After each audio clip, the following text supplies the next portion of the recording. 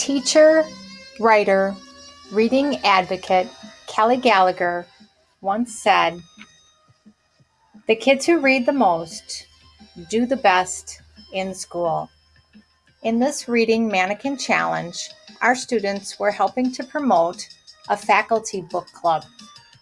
Ultimately, it piqued their curiosity, and they were soon asking questions to find out more about our choice to see if it was something that they actually wanted to read too, which many ended up going that direction and reading the book along with us.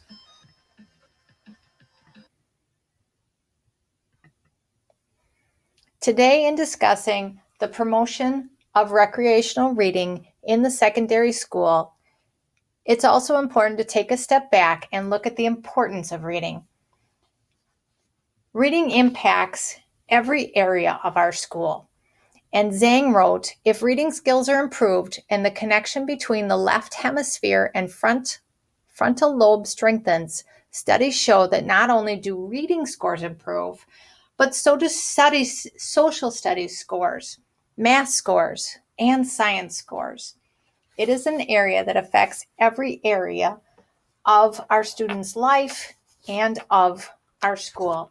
And in an age where the ACT score is one of the elements involved in grading a school district, it's extremely important to not only work to better our kids, but also better our chances of remaining in the industry.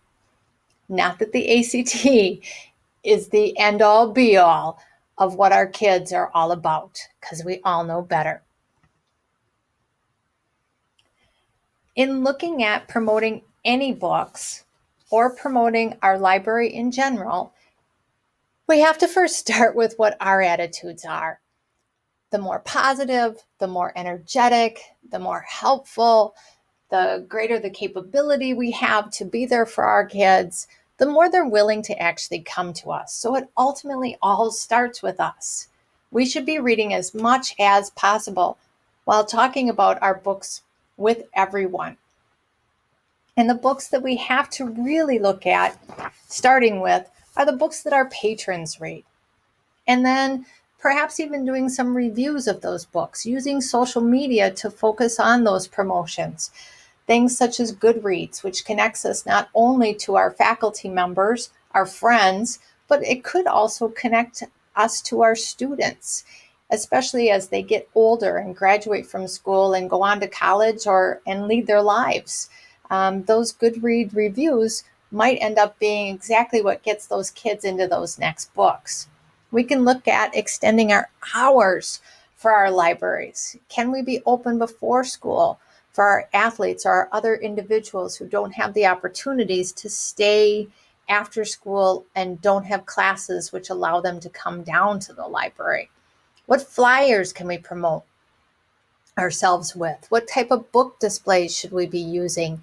And then what other fun things can we do to actually pique that curiosity and get our kids just in our library so that they're more likely to grab a book and check it out?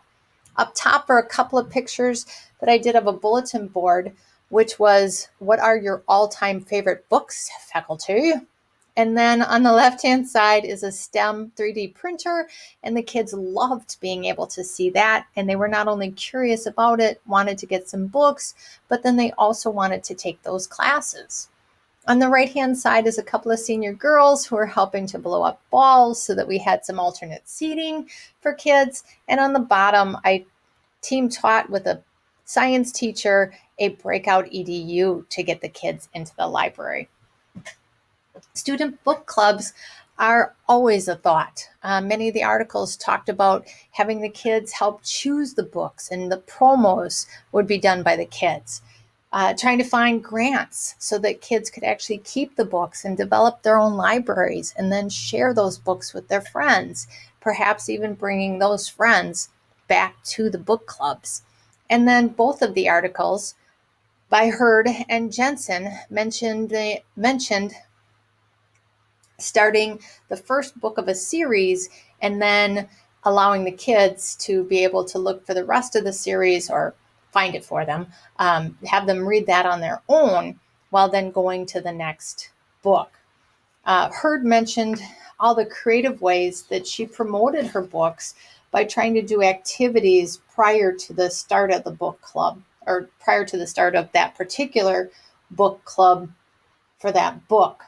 So whether they were going to be meeting to start looking at the book Hunger Games and having the kids break up into groups, and they're given 12 cards showing different items needed for survival. So they had to work together to prioritize the items and then justify their answers, so that tied into the Hunger Games book. Lewis went through and analyzed the 2009 teenreads.com survey and then talked about how she updated it in 2013 and 14.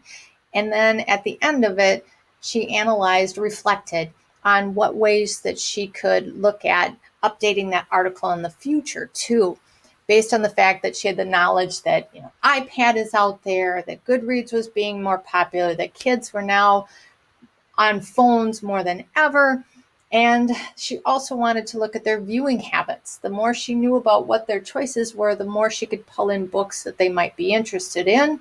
So if for example, the television show Sherlock came out, and then she made sure that she grabbed a ton of Sir Arthur Conan Doyle books and Sherlock Holmes books so that kids would have those right at their fingertips to be able to check them out. And then she mentioned using SurveyMonkey and how it's easier than ever to have kids answer those questions, and that the kids who helped her in the library helped to get other kids to answer the questions by simply baking them cookies, which always seems to work pretty well. Philpott had a ton of ideas, and I've listed them here. Things like using Pinterest, which I love to be able to get ideas for bulletin boards and creativity. I even have a kid who loves doing bulletin boards so much that she'll research them and put them all together for us. Having a link to the books, linking the books that are in our library to the movies that they inspired, or the other way around, but mostly trying to find out if we have or can get the books for the movies that are about to come out, like A Dog's Purpose. Taking part in DEAR, where they're reading, doing book talks, surveying the kids, as we mentioned before, and finding creative ways for those kids to be able to help promote the books that are new, that are out there. Holding competitions has always been very popular at our school too. The kids have to come in and find a ton of different elves and then put a guess in the jar so that they can win some candy. Finally, having staff be included as much as they possibly can. Every kid has their favorite teacher, and when they find out what that favorite teacher is reading, they might be more inclined to try it. And if the teacher can try that book, and if the teacher can start to talk about the books that he or she is reading, that draws the kids in too. So we're looking at putting a sign by their door so that they have it listed there, the book that they're reading. And then, of course, the staff book club that I mentioned before. And then promoting by discussion, just simply asking kids, what are you reading? And trying to have those conversations. And the pictures were of the promotional books that our faculty had put together for our bulletin board. So ultimately, anything we can do to get our kids to read is a great idea so that we can pull them in and we can have some fun. So thank you and have a great week.